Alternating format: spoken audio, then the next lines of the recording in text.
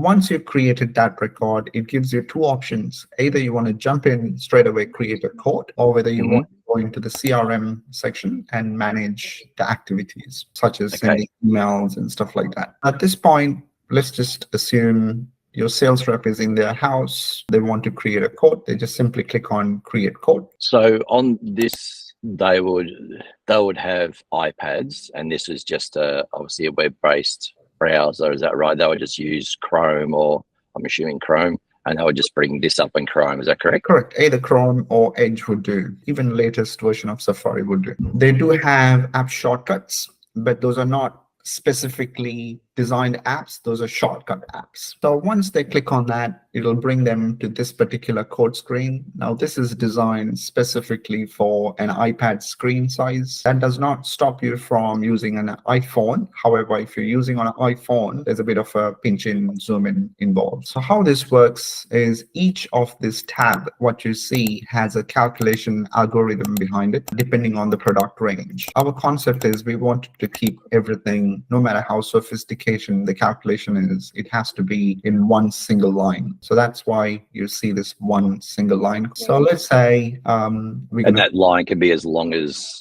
we require. Yeah, all this is customizable. So you have the flexibility to design any fields, whether it's a text field, drop down, or do you want it to have a price value for an option, or do you want that to be a percentage of your grid, all that. I'll just say this is for bedroom 1. I'll put a random measurement, and this would be your grids. Automatically capture from the grid price and filter the materials supporting that grid and the colors. And if you do enter a higher measurement, that will automatically hide the materials which does not support that.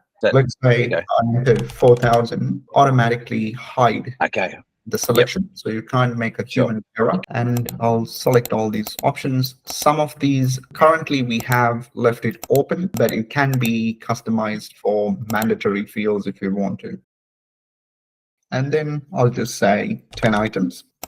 Add, it'll give me 10 line items. Once I get this 10 line items, I can also do group change. So I can highlight these ones, and I can say these belongs to bedroom 2, and the measurements are 1500. They prefer a different fabric. And I can also rearrange the order that I walked inside the house. So example, I can choose that, drag this and drop it. Drag them.